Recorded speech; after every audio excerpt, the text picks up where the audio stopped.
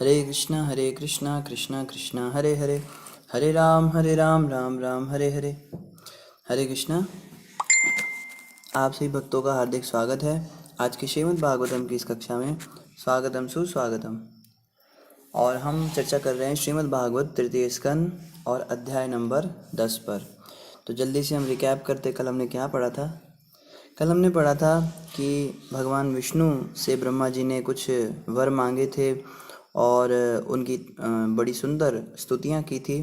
फिर भगवान विष्णु बड़े प्रसन्न हुए थे ब्रह्मा जी की स्तुतियों से और उन्होंने उन्हें आश्वासन दिया था कि आपने जितने भी वर मुझसे मांगे हैं कि आप अपना कार्य अच्छे से कर पाओ, सृष्टि का सृजन कर पाओ और आप कभी भी सृजन करते हुए ये ना भूल जाओ कि सब कुछ मेरी कृपा से हो रहा है। तो आप मेरी भक्ति में जुड़े रहोगे, आप कभी भी अपने मार्ग से विचलित नहीं होगे। और जो भी आपने मंगलकारी बातें मांगी है मुझसे कि इस संसार के अंदर जो सृष्टि होगी, जो लोग आएंगे उनका भी कल्याण हो, ये सब आपने मांगा है, ये सब अवश्य निश्चित रूप से पूरा होगा, ये सब मैं आपको वरदान देता हूँ। तो भगवान विष्णु ने आश्वासन दिया।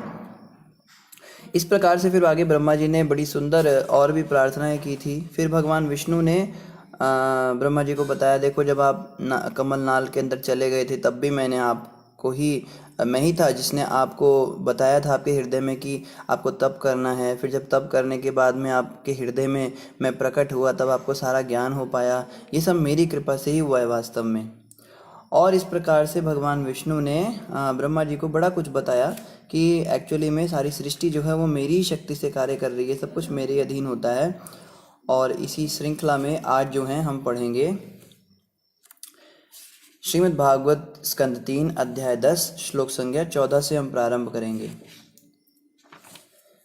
यहाँ वर्णन आ रहा है, उस एक सृष्टि के अतिरिक्त जो गुणों की अन्योन्य क्रियाओं के फलस्वरूप स्वाभाविक रूप से घटित होती है, 9 प्रकार की अन्य सृष्टियाँ भी हैं। नित्य काल, भौतिक तत्वों तथा मनुष्य के कार्य के गुण के कारण प्रलय 3 प्रकार की है।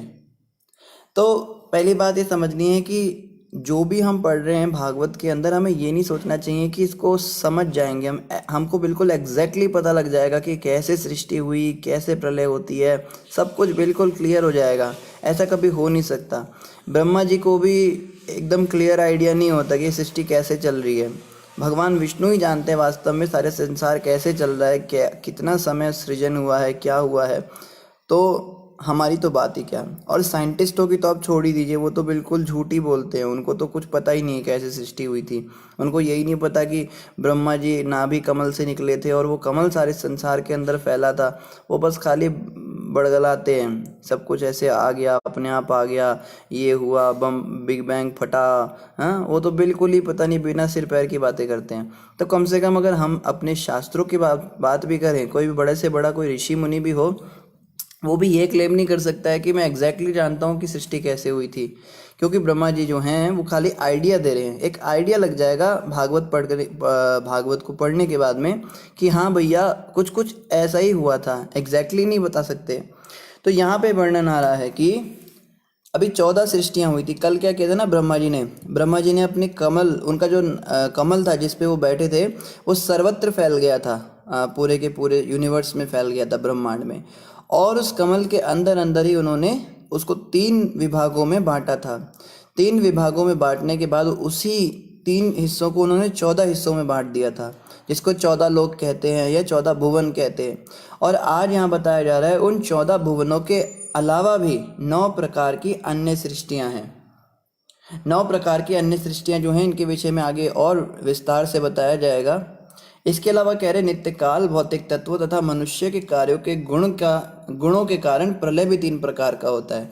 तो हम कहते हैं ना, प्रलय आ गई, प्रलय आ जाएगी, प्रलय हो जाती है, सारा संसार नष्ट हो जाएगा, सब खत्म हो जाएगा है। 20 जुलाई को प्रलय आ जाएगी, 14 अक्टूबर को प्रलय आ जाएगी, 2020 में प्रलय आ जाएगी, बड़ी बड़ी बातें करते हैं लोग।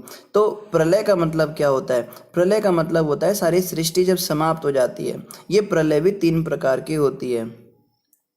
तो इसके विषय में भी आगे और अच्छे से वर्णन आएगा। तो पहली प्रलय कैसे होती है? पहली प्रलय होती है जब कलयुग का अंत होता है, जब कलयुग समाप्त होता है और सतयुग को आना होता है, तो जो है आंशिक प्रलय होती है। और दूसरी प्रलय कब होती है? दूसरी प्रलय उससे बड़ी प्रलय होती है। ये जो पहली वाली प्रलय है ना, ये तो हर कलयुग के बाद होती है। कलयुग खत्म, फिर सतयुग में फिर से प्रलय, फिर कलयुग खत्म, फिर सतयुग से पहले प्रलय, ये बार बार होती है। दूसरी प्रलय होती है जब ब्रह्मा जी की रात हो जाती है। ब्रह्मा जी के 12 घंटे जो होते हैं ना दिन के, उसमें 1000 बार प्रलय हो जाती है ये छोटे वाली। 1000 छोटी प्रलय होने के बाद जो है ये मध्यम प्रलय होती है। फिर ब्रह्मा की रात्रि में क्या होता है, 12 घंटे तक सबके सब हम ब्रह्मा जी के कमल के अंदर चले जाते हैं, सब सृष्टि खत्म हो जाती है। और ब्रह्मा जी की 12 घंटे की जो रात होती है उसमें कोई सृष्टि नहीं होती, उसमें सब कुछ विलीन हो जाता है ब्रह्मा जी के कमल में। फिर ऐसी ऐसी जो प्रलय हैं ये ब्रह्मा की हर रात को होती है। ब्रह्मा के जीवन के 100 साल होते हैं, आप लगाइए 100 साल में 365 गुना 100, यानी जितने भी दिन बनते हैं इतनी बार जब मध्यम प्रलय होती है तब जाके महाप्रलय आती है जो ब्रह्मा की मृत्यु पे होती है। जब 100 साल ब्रह्मा जी के हो जाते हैं तो ब्रह्मा जी की मृत्यु होती है। उस समय पे तो सारा ब्रह्मांड ही विनष्ट हो जाता है, पूरा बुलबुला ही जो है भगवान विष्णु की सांस के अंदर चला जाता है। भगवान विष्णु सांस खींचते हैं और ये पूरा ब्रह्मांड उनके शरीर में ही चला जाता है। फिर ये जो है सृष्टि तब तक भगवान विष्णु के शरीर में रहती है जब तक भगवान विष्णु दोबारा से सांस नहीं छोड़ते। जब वो दोबारा सांस छोड़ते फिर से एक नए ब्रह्मा का जन्म होता है, तब जो है फिर से ये होता है। तो इस प्रकार से 3 प्रकार की प्रलय होती है। आगे बता रहे 9 सृष्टियों में से पहली सृष्टि महत तत्व सृष्टि अर्थात भौतिक घटकों की समग्रता है, जिसमें परमेश्वर की उपस्थिति के कारण गुणों में परस्पर क्रिया होती है। द्वितीय सृष्टि में मिथ्या अहंकार उत्पन्न होता है, जिसमें से भौतिक घटक, भौतिक ज्ञान तथा भौतिक कार्यकलाप प्रकट होते हैं।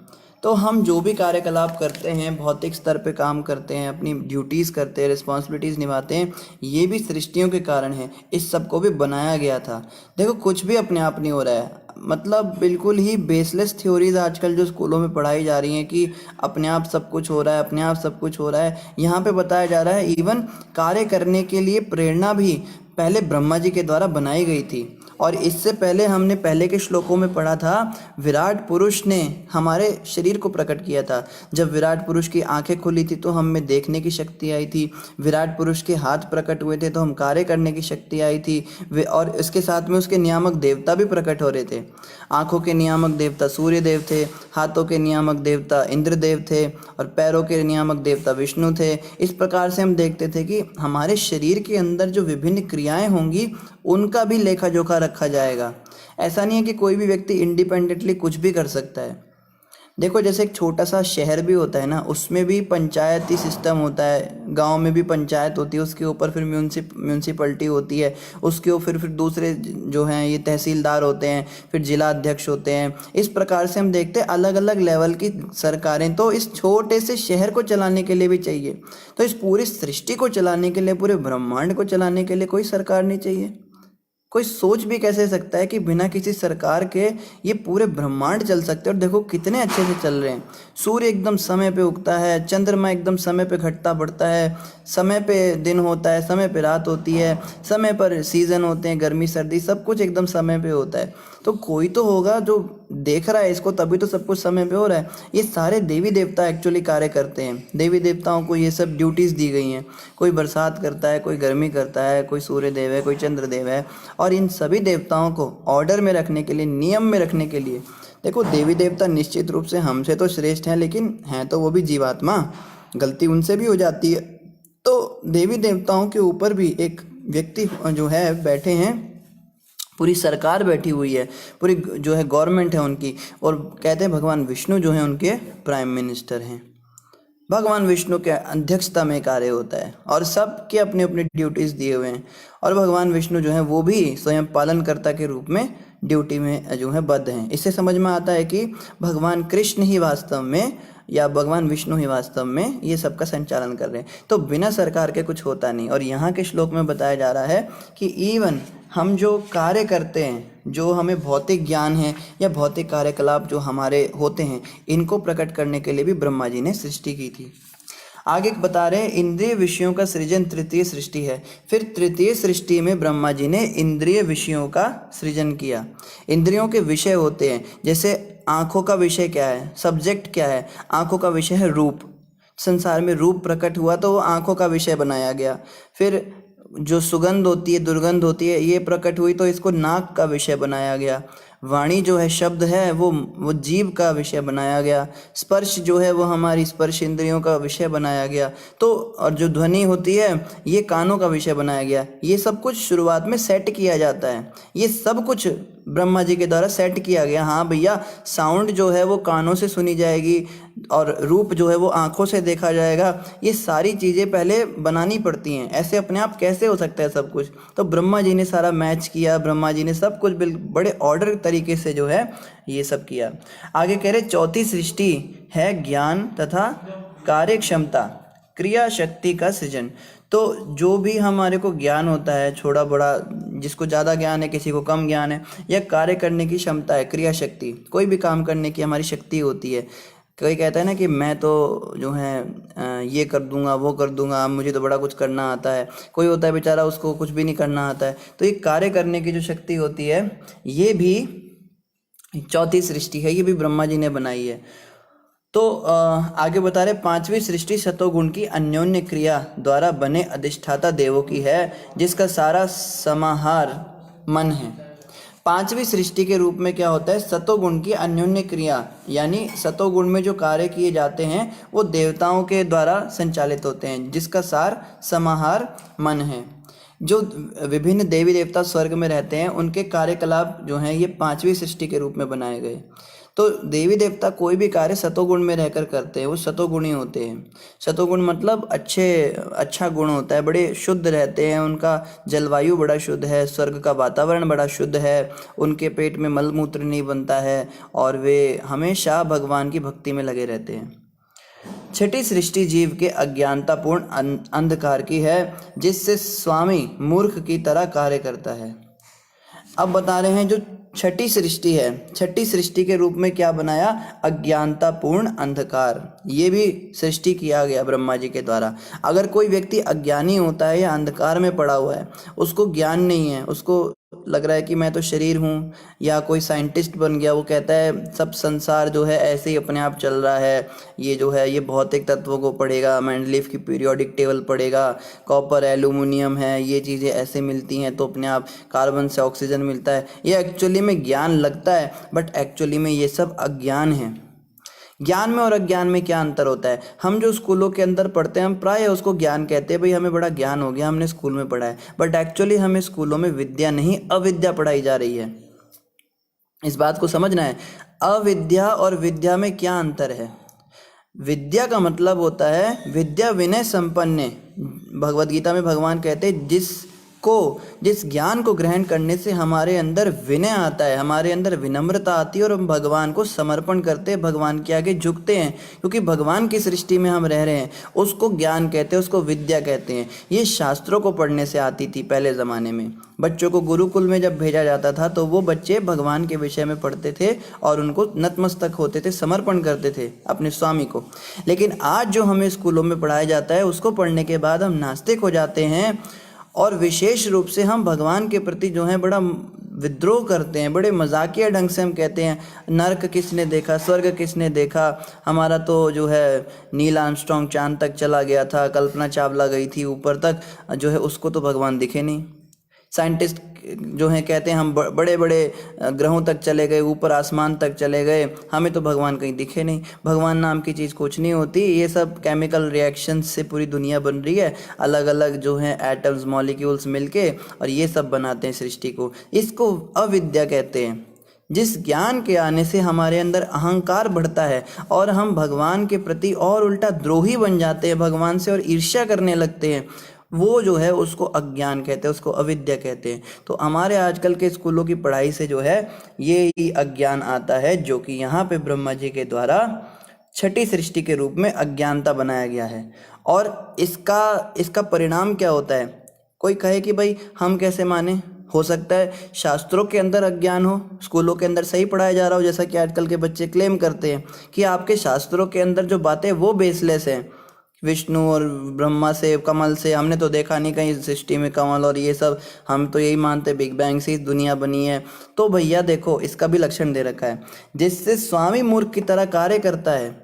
जब इस संसार के अंदर कोई स्वामी बनता है और मूर्खों की तरह काम करता है, दिन रात गधे की तरह मेहनत करता है अपने से नीचे वालों के लिए, और मन में क्या सोचता है, मैं इन सबका स्वामी हूँ, यही मूर्खता है। जैसे हमारे देश के प्रधानमंत्री, उनका एक लेक्चर सुन रहा था, वो कह रहे थे मैं प्रधानमंत्री नहीं हूँ, मैं तो प्रधान सेवक हूँ। बिल्कुल सही बात है। जब भी कोई व्यक्ति लीडर बनता है तो लीडर बनने का मतलब होता है वो सेवक बन गया है।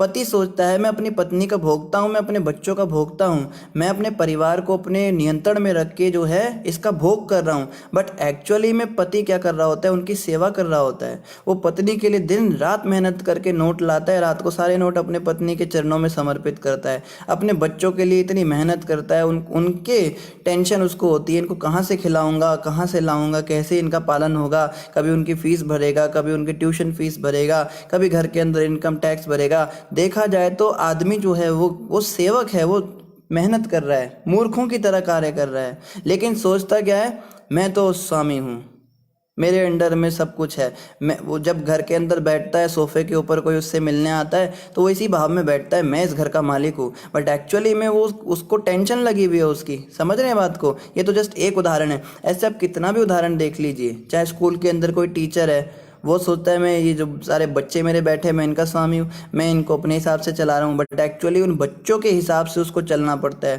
पहले टीचर को आधा एक घंटा पढ़ाई करनी पड़ती है, तब वो बच्चों को पढ़ा पाता है। आगे पीछे उसके कोर्स पूरा करना है, ये करना है, टेंशन उसको लेनी पड़ती है। माँ बाप सोचते हैं हम बच्चों के स्वामी हैं, बट एक्चुअली वो भी बच्चों की सेवा ही कर रहे होते, सेवक। तो इस संसार के अंदर व्यक्ति को लगता है कि मैं स्वामी हूँ, मगर असल में वो मूर्खों की तरह कार्य कर रहा है, वो उनकी सेवा ही कर रहा है, उन लोगों की, अपने निज आश्रितों की। लेकिन मन में क्या सोचता है, मैं तो स्वामी हूँ। इसी को कहते हैं अंधकार, इसी को कहते हैं अज्ञानता। पूर्ण कर्म, ये अज्ञानता है, इसको ब्रह्मा जी ने छठी सृष्टि के रूप में बनाया। आगे बताया जा रहा है उपयुक्त समस्त सृष्टियां भगवान की बहिरंगा शक्ति की प्राकृतिक सृष्टियां हैं। अब मुझसे उन ब्रह्मा जी द्वारा की गई सृष्टियों के विषय में सुनो जो रजोगुण के अवतार हैं और सृष्टि के मामले में जिनका मस्तिष्क भगवान जैसा ही है। फिर आगे बता रहे हैं ये जितनी सृष्टियां मैंने आपको बताई ये सब तो माया के द्वारा बनाई गई थी, जो भगवान विष्णु की बहिरंगा शक्ति माया है उसके द्वारा ये सारी सृष्टियां हुई। अब मैं आपको बताऊंगा, मैत्री मुनि कह रहे विदुर जी को, अब मैं आपको उस सृष्टि के विषय में बताऊंगा जो रजोगुण के अवतार ब्रह्मा जी के मामले में उनके मस्तिष्क के से निकली। यहाँ पे बताया जा रहा है मस्तिष्क जो ब्रह्मा जी का है वो भगवान विष्णु जैसा ही है, लेकिन केवल सृष्टि के मामले में। तो भगवान विष्णु ने शक्ति दी ब्रह्मा जी को कि जैसा मेरा दिमाग चलता है सृष्टि करने के लिए वो मैं आपको देता हूँ। तो ब्रह्मा जी के पास केवल एक फीचर है भगवान विष्णु का, वो है सृष्टि करने का दिमाग। वो ब्रह्मा जी के अंदर विष्णु भगवान जैसा ही है, लेकिन बाकी सब चीज़ें नहीं है। इसलिए हम कई बार देखते हैं कि कुछ ऐसे देवता होते हैं जिनके पास इतनी शक्ति आ जाती है कि वो भगवान विष्णु समझने लगते हैं अपने आप को, लेकिन वो भगवान विष्णु नहीं होते हैं, उनके समान कभी नहीं होते। भगवान के द्वारा दी गई शक्तियों के बल पर ऐसा हो जाता है। अभी जैसे परशुराम जी हैं, तो परशुराम जी भी भगवान विष्णु के अवतार हैं और रामचंद्र भी भगवान विष्णु के ही स्वरूप हैं, उन्हीं का एक अवतार हैं।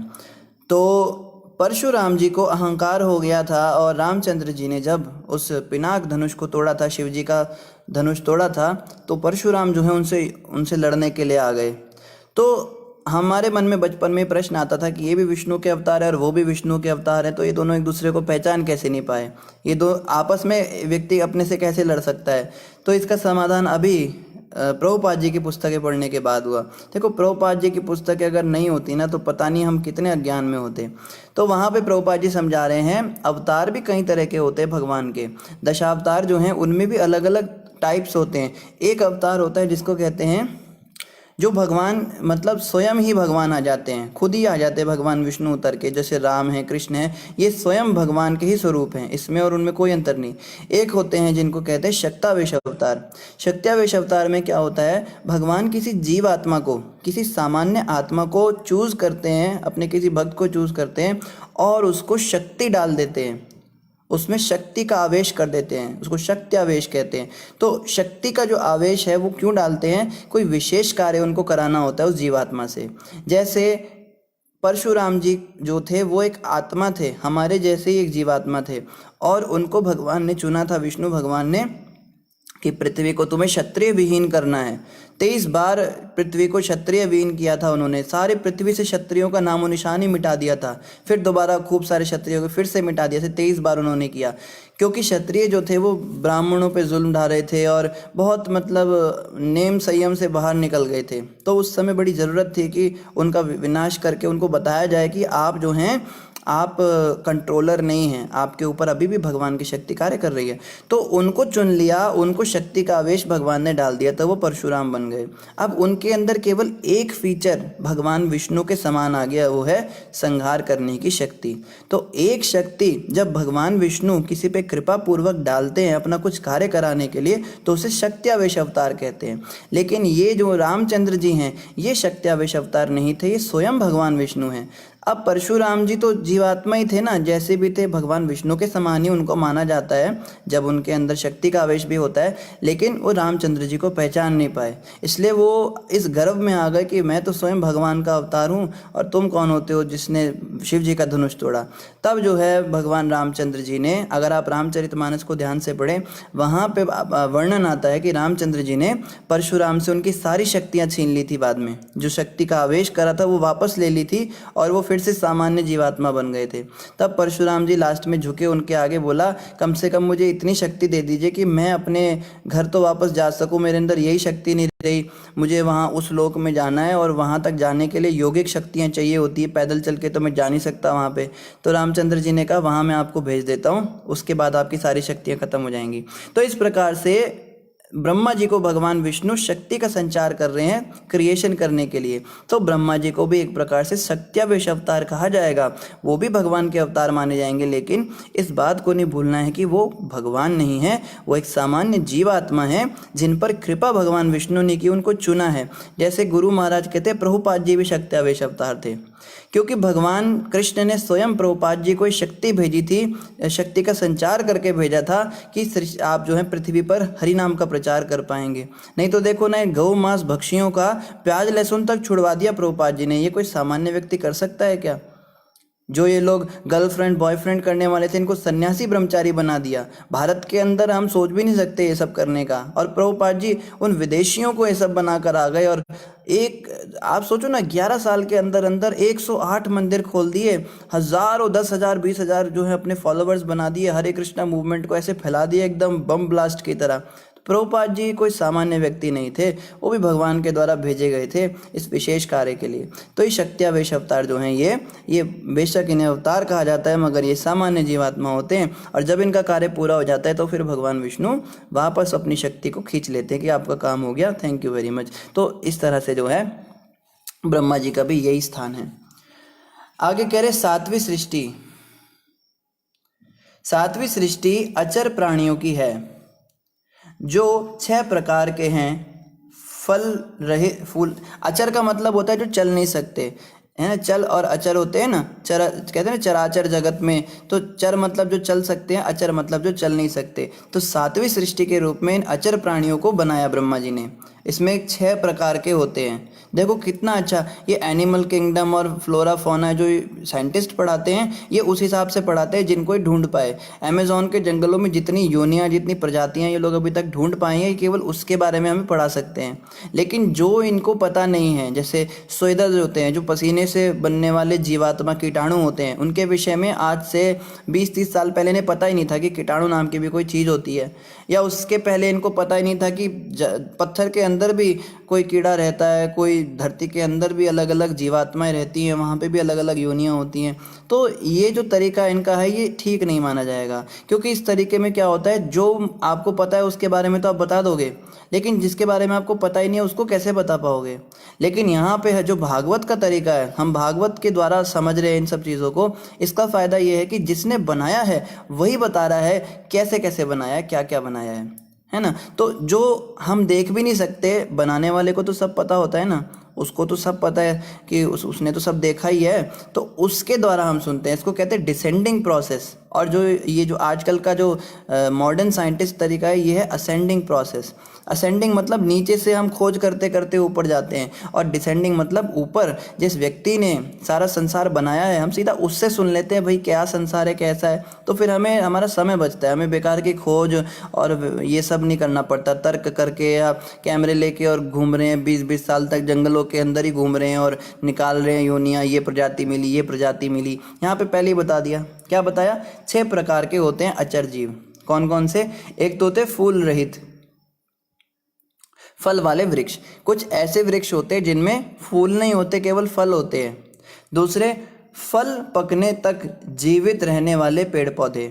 दूसरे प्रकार की प्रजाति जिसमें फल जो लगते हैं पेड़ों में तब तक ही वो जीवित रहते हैं, जब फल उनके पक जाते हैं तो पेड़ पौधा जो है वो उसकी मृत्यु हो जाती है। आप उसके एग्जाम्पल क्या है वो आप खुद ही ढूंढ सकते हैं, जैसे टमाटर की बेल होती है, या और भी अंगूरों की बेल होती है, या शायद हमने देखे एक दो जो पौधा ही मर जाता है, उनके ऊपर से बस एक ही बार उस पे पेड़ पे वो आता है। जैसे केले का वृक्ष होता है, केले के वृक्ष पर बस एक बार केले आते हैं, फिर जब केले पक जाते हैं तो वो वृक्ष ही खत्म हो जाता है, उस पर दोबारा केले नहीं आते हैं। लेकिन वो जब मरता है तो नीचे जड़ छोड़ जाता है अपनी, फिर दूसरा वृक्ष उगता है, फिर वो आगे अपने समय पर केले उत्पन्न करता है। इसका हमें पता है, तो ये हम पता कर सकते हैं। यहाँ पे केवल सिद्धांतिक बताया जा रहा है। फिर और लताएं, नलीदार पौधे। एक तो लताएं हो गई, चौथा फिर क्या हो गए, 5वें नंबर पे नलीदार पौधे। कुछ ऐसे पौधे होते हैं जिनमें नली होती है। और 5वें कौन से होते हैं, बिना आधार वाली लताएं। एक कुछ ऐसी लताएं होती हैं जिनका कोई आधार नहीं होता, वो किसी के ऊपर चढ़ती नहीं है, उनका खुद का ही, जैसे शायद मनी प्लांट होता है, क्या होता है, इनको कोई आधार नहीं चाहिए होता। और छठे कौन से हैं, फल फूल वाले वृक्ष। छठे नंबर पे जिन वृक्षों के अंदर फल भी होते हैं और फूल भी होते हैं, है ना। जैसे फल फूल वाले वृक्ष कौन से होते हैं, आप ही लोग बताइए। एक तो होते हैं जैसे आम के पेड़ होते हैं, उस पर फूल नहीं होते, केवल फल ही होते हैं। या अमरूद के वृक्ष होते हैं। कुछ ऐसे भी वृक्ष होते हैं जिन पे फल भी होते हैं, फूल भी होते हैं, मगर ये जो योनियाँ ये देखने में आजकल नहीं आ पा रही हैं। कलयुग जैसे जैसे बढ़ रहा है ना, लुप्त होती जा रही हैं ये चीज़ें, क्योंकि पृथ्वी देवी के ऊपर जब पाप और अत्याचार बढ़ता है तो वो समेट लेती है, अपने खनिज पदार्थों को समेट लेती है। और फूल और फल वाले पहले के जो पेड़ होते थे ना, वो फलों से लदे रहते थे। तो बड़े बड़े ऋषि मुनि जब जंगलों में जाते थे तो उनको कहीं जाना नहीं पड़ता था, वो फलों को तोड़ के खा लेते थे, उनका जीवन चल जाता था। आजकल कोई बेचारा ऋषि मुनि जंगल में जाए, उसको पहले तो कोई फलों वाला पेड़ ही नहीं मिलेगा, और मिल भी गया कहीं पे तो पता लगेगा गवर्नमेंट रेस्ट्रिक्टेड एरिया है, उसको वहाँ से निकाल ही देंगे, तुमने कैसे यहाँ पे डेरा जमाया। तो खैर पहला वैदिक समय था, उस पर ब्रह्मा जी ने जो सृष्टि बनाई थी उसको हमने बिल्कुल बेकार कर दिया अभी। तो इस प्रकार से ये जो है ये 7वीं सृष्टि है, ये जो अचर जीवों की है, पेड़ पौधों की है। फिर क्या, सारे अचर पेड़ पौधे ऊपर की ओर बढ़ते हैं। तो जितने भी पेड़ पौधे हैं ये ऊपर की ओर बढ़ते हैं। हम देखते हैं ना कि हम नीचे बीज बोते हैं तो ऊपर की ओर निकलते हैं सब पेड़। वे अचेत प्राय होते हैं, देखने में लगेगा कि अचेत हैं। और देखो ये जो बात भागवत में दी है ना, ये 5000 साल पहले बताया है। 5000 साल पहले भागवत में दिया हुआ है कि पेड़ पौधों में जान होती है, और इस बात को साइंटिस्ट मानते ही नहीं थे। वो लोग मानते ही नहीं थे कि पेड़ पौधों में भी जान होती है। जैसे यहाँ भी बताया जा रहा है अचेत प्राय होते हैं, देखने में लगेगा उनमें चेतना ही नहीं, कॉन्शियसनेस ही नहीं है। क्योंकि पेड़ को अगर आप थप्पड़ मारोगे, उसको डंडा मारोगे तो वो रोएगा, चिल्लाएगा नहीं। तो साइंटिस्टों को कैसे पता लगा, एक इंडियन ही साइंटिस्ट थे, उनका नाम मैं भूल जाता हूँ, उन्होंने अभी रिसेंटली 100-150 साल पहले इस बात को स्थापित किया कि नहीं, पेड़ पौधों में जान होती है। और तब साइंस ने मानना शुरू किया, हाँ पेड़ पौधों में जान होती है। उसने कुछ बातें बताई कि ये जो है प्रजनन करते हैं, इनका आगे सृष्टि बनता है और इनमें विकास भी होता है, शरीर के अंदर ये बढ़ते हैं, तो इन लक्षणों से बताया जाता है इनमें जान है। तो इस बात को अभी ये लोग प्रूफ कर पाए, और बहुत सारी बातें हैं जो इसको प्रूफ ही नहीं कर पाए। तो हम लोग क्या है ना, हम इनके पीछे, साइंटिस्ट लोगों के पीछे होते हैं। हम कहते हैं शास्त्र जो हैं ये मिथ्या धारणाएं हैं अकॉर्डिंग टू हिंदू माइथोलॉजीज। हिंदुओं की तो माइथोलॉजी है, तो कहानियाँ हैं, कल्पनाएं हैं। किसने देखा राम को आते हुए, किसने देखा कृष्ण को आते हुए। जैसे भागवत में यहाँ दिया हुआ है कि पेड़ पौधों में जान होती है। आज से 100 साल पहले जो भारतीय लोग इसको पढ़ते होंगे वो यही कहते होंगे, ये तो पागलपन की बातें, पेड़ों में कैसे जान हो सकती है। साइंटिस्ट तो कहते हैं पेड़ों में जान नहीं होती, हम तो उनको मानते हैं। पर देखो ना, साइंटिस्ट बदल गए अब। अब कह रहे हैं पेड़ों में जान होती है। इसी प्रकार से साइंटिस्ट आज कहते हैं हम तो चांद पे चले गए, मून पे हमने लैंडिंग की। एक व्यक्ति से हमारी डिबेट हो रही थी इस पे, एक वीडियो हमने डाली थी फेसबुक पे। वो कहता है चांद, हमने कहा कि चांद पे कोई नहीं गया। प्रभुपाद जी ने भी कहा है कि चंद्रमा पे वास्तव में कोई जा ही नहीं सकता, क्योंकि चंद्रमा सूर्य से भी दूर है। पृथ्वी से सूर्य की दूरी भी प्रभुपाद जी ने बताई कैलकुलेट करके शास्त्रों के आधार पर। और फिर आगे सूर्य से भी दूर चंद्रमा होता है। तो पृथ्वी का कोई व्यक्ति जब सूर्य पे ही नहीं जा सकता तो चंद्रमा पे कैसे जाएगा? तो ये लोग एक्चुअली साइंटिस्ट हमको मूर्ख बना रहे हैं। ये केवल एक बहुत बड़ा स्कैम चल रहा है और ये खुलेगा, खुलासा होगा इनका। शास्त्रों में आज दिया हुआ है, हमारे इंडियन लोग नहीं मान रहे इस बात को। कहते हैं शास्त्र गलत हो सकते हैं, साइंटिस्ट गलत नहीं हो सकते। जबकि साइंटिस्ट कभी भी अपना बदल देते हैं, अपनी फिलॉसफी को तुरंत बदल के कहते हैं। यही तो खूबी है साइंस की कि हम एक चीज़ पे स्टिक नहीं रहते, हम बदल देते हैं बात को समय के अनुसार। पर ये खूबी नहीं है, ये आपकी कमी है। कमी कोई खूबी बना के बताते। हमारे शास्त्र 5000 साल पहले लिखे गए थे, आज तक इसका कोई, हमें तो बदलना नहीं पड़ा कि ये चीज़ गलत हो गई। एब्सोल्यूट नॉलेज में और रिलेटिव नॉलेज में यही अंतर होती है। तो खैर, यहाँ बताया जा रहा है ये अचेत प्राय होते हैं, किंतु भीतर ही भीतर उनमें पीड़ा की अनुभूति होती है। तो यहाँ पे बताया जा रहा है पेड़ों के अंदर भी पीड़ा की अनुभूति होती है। कोई ये ना सोचे कि पेड़ों को जब काटा जाता है या उनको डंडा मारा जाता है या पत्थर फेंका जाता है या उन पे लोग बैठ जाते हैं, उन पे चढ़ते हैं तो उनको दर्द नहीं होता। उनको अंदर ही अंदर पीड़ा की अनुभूति होती है, मगर उसको वो प्रकट नहीं कर पाते। हाँ, अयोध्या प्रभु बता रहे हैं कि अमरूद का पेड़ जो पोमीग्रेनेट है, अनार का पेड़ जो होता है, ये भी उसी में आता है। जगदीश चंद्र बसु, धन्यवाद कविता माता। तो जगदीश चंद्र बसु जो थे, ये वो साइंटिस्ट थे जिन्होंने स्थापित किया था कि पेड़ों में भी जान होती है, पेड़ पौधों में। इससे पहले कोई जानता ही नहीं था। तो साइंटिस्ट की थ्योरी हर दिन बदलती है। ये जैसे हम कपड़े बदलते हैं, आत्मा शरीर बदलती है, इसी प्रकार से साइंटिस्ट अपनी बातें बदलते हैं। ये तो बदल रहे हैं, इनकी बात को क्या मानना है? हमें उसको मानना है जो कभी बदलता नहीं है। गीता का ज्ञान, भागवत का ज्ञान, ये कभी बदलता नहीं है। और आगे क्या कह रहे हैं? वे नाना प्रकारों में प्रकट होते हैं। फिर जो उनका दर्द होता है, पीड़ा जो होती है पौधों के अंदर, वो भी नाना प्रकार से प्रकट होती है। ये 7वीं सृष्टि थी। अब 8वीं सृष्टि क्या है? निम्नतर जीव योनियों की है और उनकी 28 विभिन्न जातियां हैं। कितना मतलब डिटेल में बिल्कुल एग्जैक्ट बताया जा रहा है। ये 28 जातियां बताइए ना। कभी भी भागवत में ऐसा नहीं होगा कि आज से 10 साल के बाद में 29वीं जाति नहीं मिली है, भागवत में ऐड कर देते हैं, इसका नाम नहीं है। ऐसा कभी भी नहीं होगा, क्योंकि बनाने वाले नहीं 28 बनाई हैं। जबकि साइंटिस्ट की थ्योरी में हमेशा ऐड होती रहती हैं चीज़ें कि ये नया मिला है, इसको भी ऐड कर लो, वो नया मिला है, उसको भी ऐड कर लो। ये हमें फ़ायदा है शास्त्र पढ़ने का, हमारे पास एग्जैक्ट कैलकुलेशंस आती हैं। क्या बताया जा रहा है?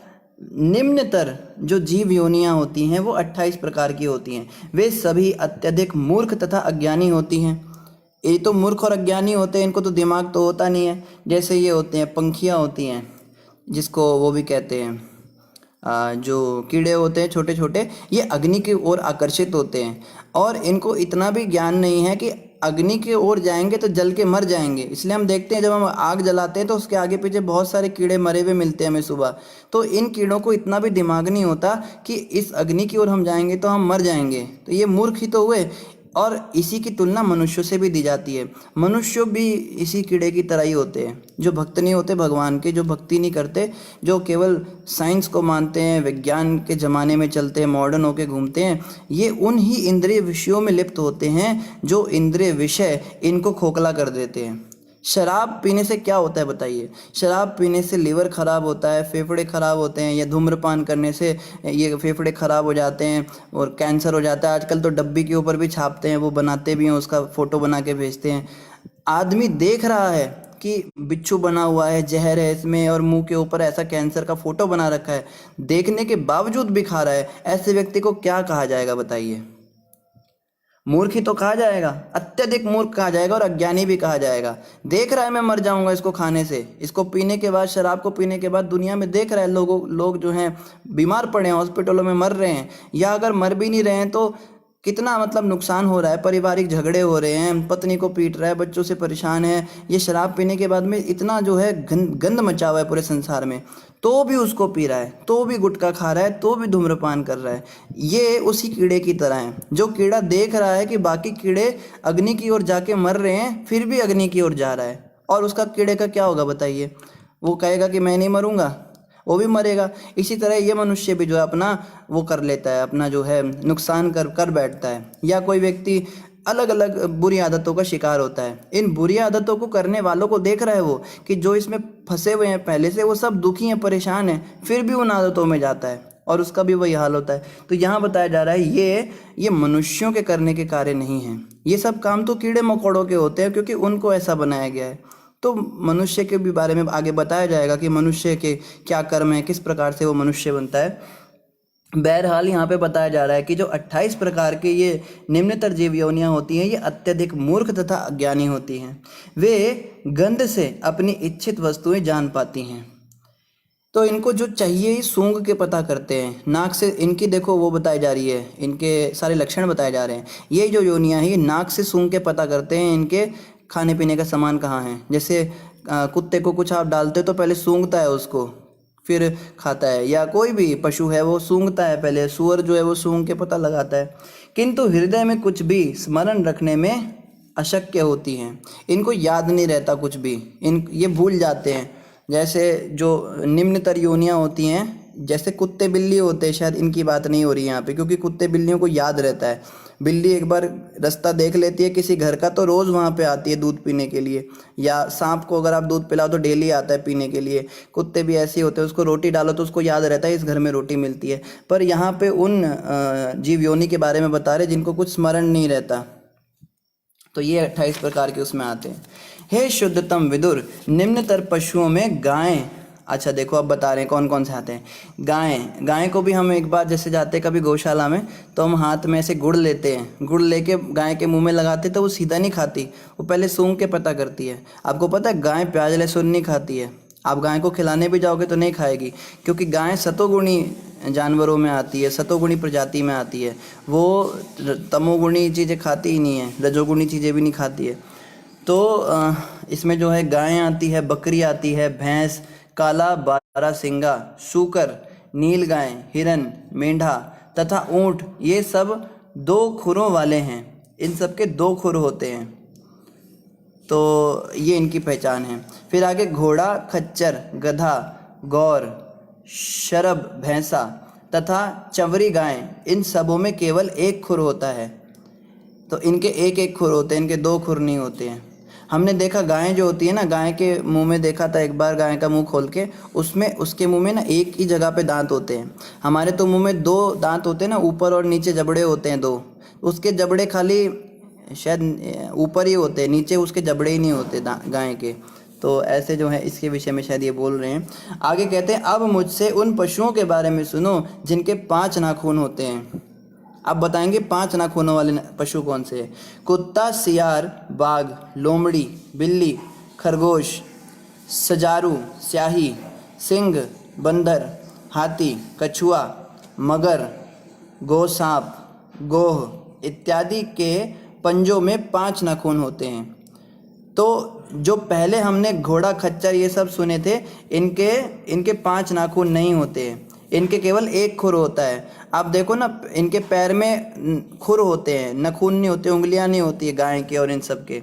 और इनसे भी पहले माफ़ कीजिएगा, इनके जो हैं 2 खुर होते हैं। गाय के पैर में हम देखते हैं ना, वो डबल खुर निकले रहते हैं उसकी, जब वो पैर छापती है तो उसमें 2 होते हैं। और जो नीचे बताए थे इनके केवल 1 खुर होता है। जैसे घोड़ा, खच्चर, गधा, भैंसा, चवरी गाय, इन सब के 1 ही खुर होता है। और अब जो कुत्ता, सियार ये बता रहे हैं, इनके 5 उंगलियां होती हैं और उनके 5 नाखून होते हैं। अगर आप देखेंगे ध्यान से, इनके पंजे में 5 नाखून होते हैं। वे पंचनख अर्थात 5 नाखूनों वाले पशु कहलाते हैं। कितना डिटेल है देखो। और आगे क्या कह रहे हैं, कंक, गीध, बगुला, बाज, भांस, भल्लूक, मोर, हंस, सारस, चक्रवाक, कौआ, उल्लू इत्यादि पक्षी कहलाते हैं। फिर ये जो हैं ये सब योनियाँ पक्षी जीव योनियों में आती हैं। मनुष्यों की सृष्टि क्रम अनुसार 9वीं है। अब जो है 9वीं सृष्टि मनुष्यों की हुई। तो हमने पढ़ा था कि 9 प्रकार की सृष्टियाँ ब्रह्मा जी कर रहे थे, उनमें 8 हमने पढ़े, अब 9वीं सृष्टि में मनुष्य आए। क्या यही केवल एक ही योनि जाति ऐसी है और अपना आपार उदर में संचित करते हैं। क्या कह रहे, यही केवल एक ही योनि जाति ऐसी है जो अपना आहार उदर में संचित करते हैं। कि हम जो हैं मनुष्य एकमात्र ऐसे होते हैं जो पेट के अंदर अपना आहार संचित करते हैं, उसको इकट्ठा करते हैं। मानव जाति में रजोगुण की प्रधानता होती है। मनुष्यगण दुखी जीवन में भी सदैव व्यस्त रहते हैं, किंतु वे अपने को सभी प्रकार से सुखी समझते हैं। बता रहे हैं कि जो जानवरों की योनि है उसमें क्या है, अगर वो कष्ट में होते हैं तो वो खुद को दुखी अनुभव करते हैं। कुत्ता बिल्ली अगर परेशान होते हैं तो परेशानी का अनुभव करते हैं। लेकिन मनुष्य जाति ऐसी है जो दुख में भी अपने आप को सुखी समझ के बैठता है। ऑल इज़ वेल की फिलॉसफी अपनाता है। All is well, be positive, कुछ नहीं हुआ है, कुछ नहीं हुआ है, सब कुछ अच्छा है, सब बढ़िया है। लेकिन कष्ट में वो होता है, दुख में होता है, ज़बरदस्ती अपने आप को सुखी समझता है। या फिर कोई व्यक्ति बहुत बड़े घर में बैठा है, शराब पी रहा है, मांस खा रहा है, अवैध स्त्रियों का संग कर रहा है, गलत काम कर रहा है और दुख भोग रहा है। शरीर में रोग लग गए, दवाइयाँ, प्लास्टिक सर्जरी, इन सब से कर करा के जैसे जैसे शरीर बूढ़ा हो गया उसको जवान रखने के लिए कोशिश कर रहा है, दुख में है, लेकिन सोचता है कि मैं बड़ा सुखी हूँ, मैं तो मैं तो एंजॉय कर रहा हूँ लाइफ को। तो ये जो योनि है केवल मनुष्यों में ये मूर्खता देखने को मिलती है। ऐसी मूर्खता तो जानवर भी नहीं करते। अयोध्या प्रभु बता रहे हैं पैरों के खुर होते हैं। बिल्कुल सही बात बताई प्रभु जी, अयोध्या प्रभु आपने। ये जानवर जो थे इनके 4 पैर होते हैं इन सभी के, और इनके पैरों में खुर होते हैं, मतलब पंजा होता है। इनके पंजे में जो हैं 2 खुर होते हैं या 1 खुर होता है, या फिर अभी और जो आगे हमने पढ़े इसमें 5 नाखूनों वाले भी पैर होते हैं इन लोगों के। तो इन सबके 4-4 पैर ही थे सबके। लेकिन जो पक्षियों की योनि है इनके 2 पैर होते हैं और 2 पंख होते हैं। और जब ये 9वीं सृष्टि मनुष्यों की हुई, इनके 2 पैर और 2 हाथ भी होते हैं साथ में। कार्य करने के काम केवल मनुष्यों के पास ही ये शक्ति है कोई भी काम करने की। बाकी जानवरों को चोंच से या मुंह से, जीभ से चाट के या पूंछ हिला के उनको अपना कार्य करना पड़ता है। हे श्रेष्ठ विदुर, ये अंतिम 3 सृष्टियां तथा देवताओं की सृष्टि 10वीं सृष्टि वैकृत सृष्टियां हैं, जो पूर्व वर्णित प्राकृतिक सृष्टियों से भिन्न हैं। कुमारों का प्राकट्य दोनों ही सृष्टियां हैं। अब बता रहे हैं कि अंतिम 3 सृष्टियां जो हैं वो देवताओं की सृष्टि और वैकृत सृष्टियां हैं, जिसमें कि पूर्ण वर्णित जो पहले बताई गई थी सृष्टियों से वो भिन्न है। कुमार का प्राकट्यगण इन्हीं दोनों सृष्टियों का है। तो 4 कुमार जब ब्रह्मा जी प्रकट करते, चतुर कुमार, ब्रह्मा जी ने सबसे पहले अपने 4 पुत्र बनाए थे। ये जो 4 बेटे थे ब्रह्मा जी के, ये चारों 5 साल के बालक के रूप में रहते हैं। सबसे पहले इनकी सृष्टि हुई थी, लेकिन आज भी यही सबसे छोटे लगते हैं देखने में। 5 साल से इनकी उम्र बढ़ती नहीं है। ये योगी है ना, योग क्रियाओं के द्वारा ये 6 साल के भी नहीं होते, और इनको चतुर कुमार कहते हैं। और ये चारों ब्रह्मचारी रहे। तो ब्रह्मा जी ने इनको बनाया था कि सृष्टि आगे बढ़ाएंगे, बच्चे पैदा करेंगे, संतानों आदि उत्पन्न करेंगे तो सृष्टि बनेगी और लोक पे जो है जनसंख्या बढ़ेगी। लेकिन चारों कुमारों ने कहा हमें ब्रह्मचारी रहना है, हम शादी नहीं करेंगे, हम बच्चे पैदा करने में नहीं लगाएंगे, हम अपने वीर्य को मस्तिष्क की ओर ले जाएंगे और भगवान की भक्ति करेंगे। तो जो है ये चतुर कुमार के बारे में यहाँ बताया जा रहा है। इन चारों का नाम है सनत, सनंदन, सनत कुमार और सनक। ये 4 भाई हैं और इनकी सृष्टि जो है ये है अंतिम सृष्टि में आती है दोनों में। आगे बता रहे देवताओं की सृष्टि भी 8 प्रकार की है।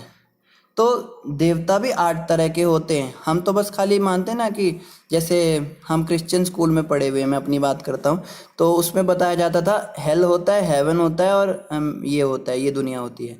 मतलब या मुसलमानों के भी आप शास्त्रों में पढ़ेंगे तो जन्नत होती है, जहन्नुम होता है और ये दुनिया होती है। तो हमें भी ये लगता था भाई 3 तरह के लोग होते हैं, एक स्वर्ग होता है, एक नरक होता है और ये दुनिया होती है, इतना हमें पता था। लेकिन भागवत पढ़ने के बाद पता लगा स्वर्ग भी 6 प्रकार के होते हैं और नरक भी 7 प्रकार के होते हैं। और इन 6 प्रकार के स्वर्गों में अलग अलग प्रकार की प्रजातियां होती हैं। देवताओं की भी हम सोचते देवता मतलब जैसे वो फेरी होती है, उसके पंख होते हैं, उड़ रही होती है, उसके हाथ में स्टार होता है, वो सोनपरी और पता नहीं काली परी क्या क्या पढ़ाते हैं हमको। या जो असुर होते हैं वो सींग वाले होते हैं, उनके सींग होते हैं और वो जो हैं उनके हाथ में डंडा होता है मारने के लिए। ये सब हमने टीवी पे देखा और ये सभी हम समझते थे। लेकिन भागवत में बताया जा रहा है देवताओं की भी 8 प्रकार की जातियाँ होती है। देवताओं में भी 8 कोटि होते हैं अलग अलग। क्या क्या बताया जा रहा है यहाँ पे? पहला होता है देवता, जो सामान्य देवता होते हैं जिनकी हम पूजा करते हैं। दूसरे होते पितरगण। पितरगण मतलब जिनका हम श्राद्ध करते हैं, जिनकी उनकी भी अलग तरह से पूजाएं होती हैं, इनको पिंडदान होता है। तीसरे होते हैं असुरगण। तो असुर जो होते हैं ये भी देवताओं की योनि में आते हैं, क्योंकि ये भी एक्स्ट्रा ऑर्डिनरी होते हैं। हमें ये नहीं सोचना चाहिए कि असुर मनुष्यों से निकृष्ट होते हैं, मतलब देवता सर्वश्रेष्ठ है, मनुष्य बीच में, और असुर जो होते हैं ये नीचे होते हैं, हम ऐसा मानते थे पहले। मगर भागवत में बताया जा रहा है कि असुर भी हमसे श्रेष्ठ होते हैं, क्योंकि उनके पास भी शक्तियाँ होती है, यौगिक मायावी शक्तियाँ असुरों के पास भी होती है, वो सब हमारे पास नहीं होती है। और यहाँ तक भी बताया गया है कि पृथ्वी से जो नीचे के 7 लोग हैं ना, ये भी पृथ्वी से हायर होते हैं। इनमें भी बड़े एडवांस टेक्नोलॉजी वाले ये होते हैं, इनमें लोग उड़ते हैं और पता नहीं क्या क्या काम करते हैं। पर हमारी पृथ्वी पे केवल ये जो लोक है, जिस भूलोक पे हम रहते हैं, यही सबसे लेस एडवांस्ड जगह है। यहीं पे सबसे कम सुविधाएं होती हैं मनुष्य के पास। ऊपर के भी 6 लोग और नीचे के भी 7 लोग सब एडवांस्ड होते हैं। और क्या बता रहे, गंधर्व तथा अप्सराएं। चौथे नंबर पे गंधर्व और अप्सराएं आती हैं। अप्सराएं नाचती हैं और गंधर्व गाते हैं। गंधर्वों के विषय में बताया, वो इतना सुंदर उनकी आवाज़ होती है, कोई सुन ले तो बस मोहित हो जाए, उनसे अट्रैक्ट हो जाए। क्या तो आपके सोनू निगम, क्या आपके लता मंगेशकर, कुछ भी नहीं है ये लोग। गंधर्व जो गान करते हैं, और अप्सराएं जो नृत्य करती हैं वहाँ पे, ये जो हैं ये चौथे प्रकार के देवताओं की सृष्टि में आते हैं। पांचवा प्रकार है यक्ष तथा राक्षस। यक्ष सुनते हैं ना, यक्ष था या राक्षस, तो राक्षस और असुर अलग अलग होते हैं।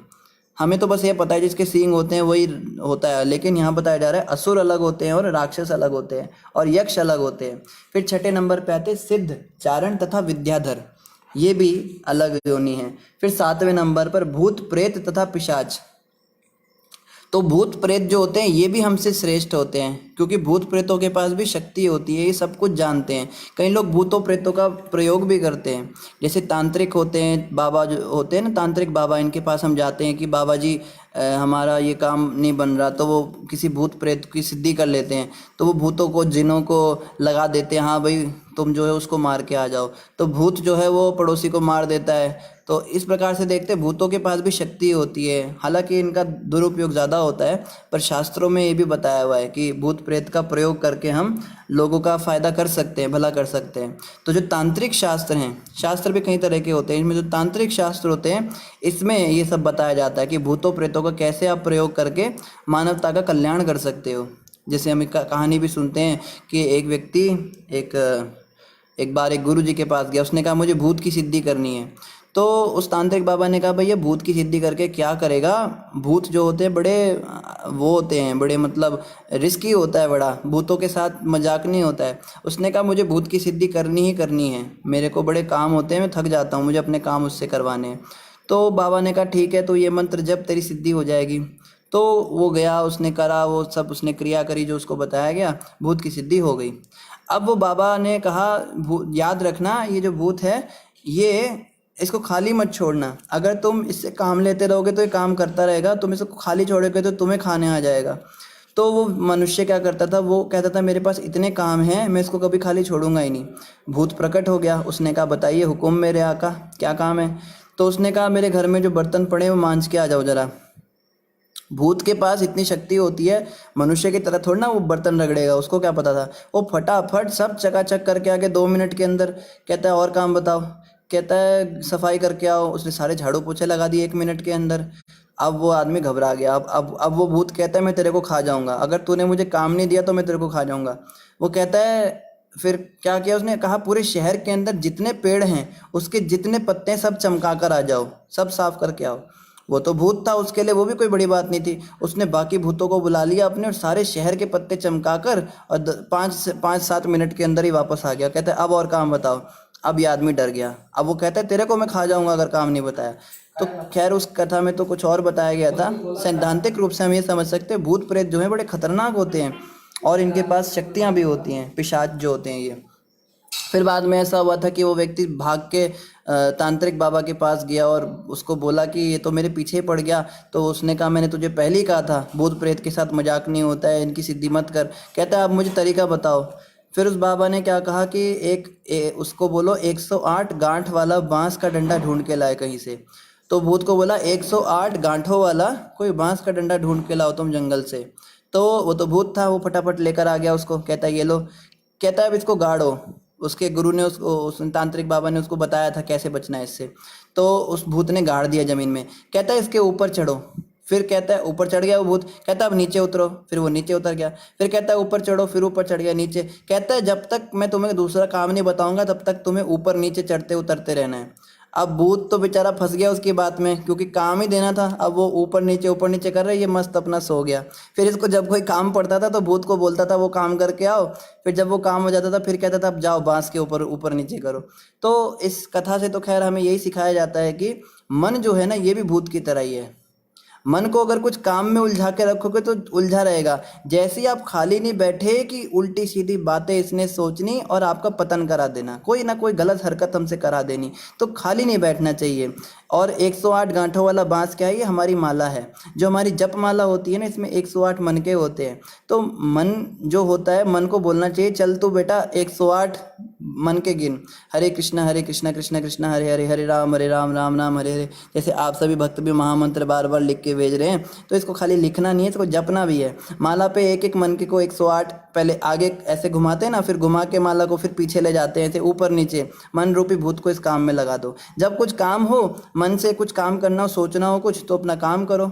संसार का काम है, घर का काम है, पढ़ाई लिखाई का काम है, तो वो करो। जैसे ही खाली बैठे फिर हरे कृष्णा में इसको लगा दो। ये तरीका है। कई लोग कहते हैं ना कि प्रभु जी हमें समय नहीं मिलता जब करने का, हमारे पास टाइम नहीं है, हम बड़े व्यस्त हैं। तो उन लोगों के लिए बताया जा रहा है भैया 24 घंटे तो कोई भी व्यस्त नहीं रहता है।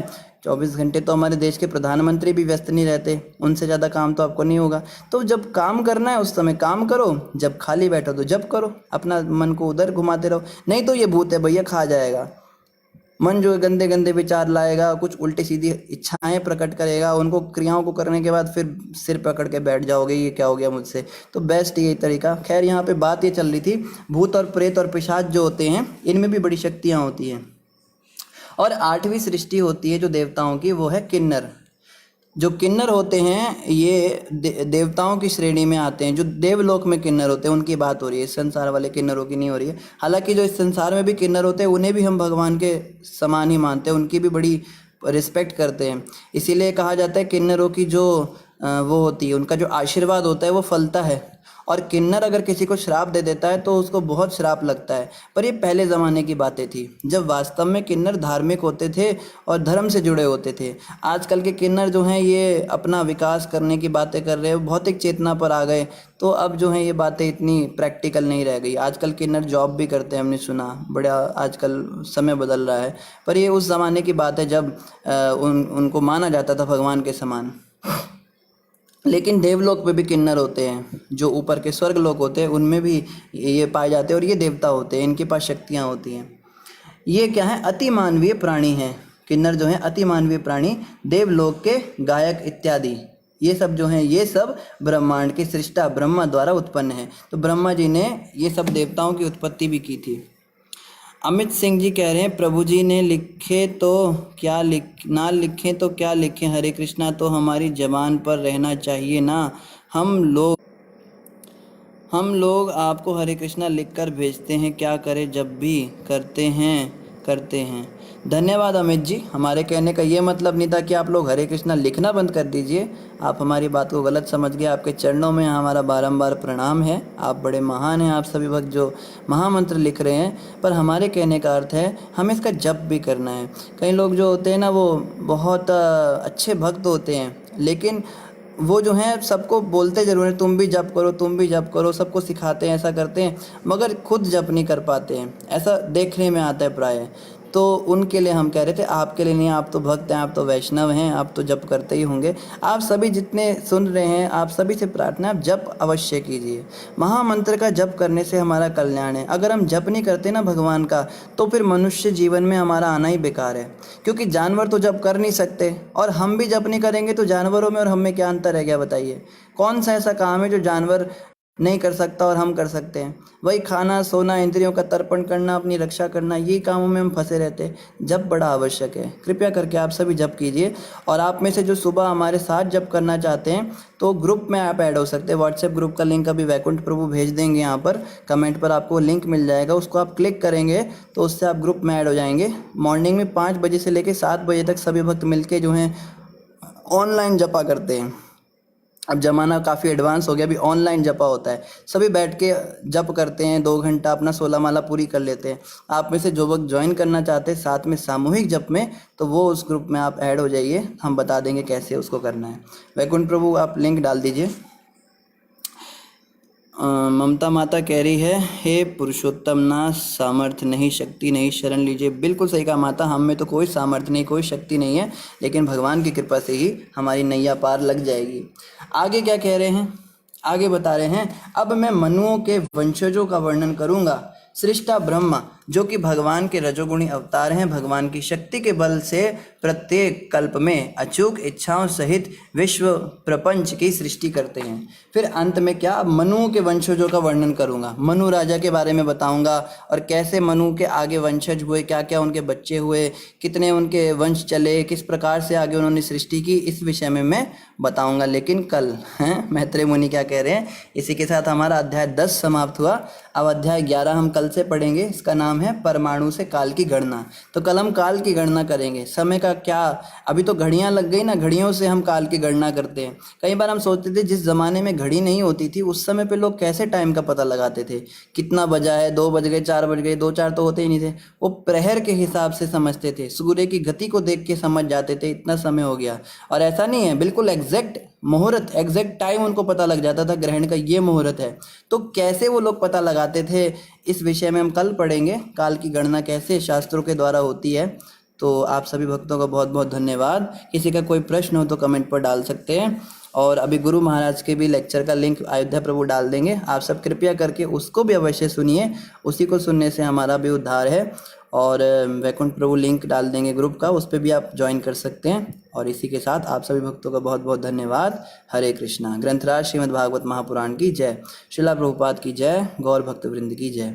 एक प्रार्थना आप सभी से करना चाहूँगा, आप सभी बहुत लेट आते हैं, कुछ लोग 5 मिनट पहले ही आए, आप शायद लास्ट में आना पसंद करते हैं। आप सभी कृपया करके समय पर आइए, नहीं तो आप दोबारा सुन सकते हैं, नहीं तो जो है कंटिन्यूटी नहीं रहती, पूरा लेक्चर आप ये जो पूरा भागवत का जो ये है ये छूट जाता है हमारा, ठीक है, बीच से छोड़ना नहीं है। हरे कृष्णा, धन्यवाद।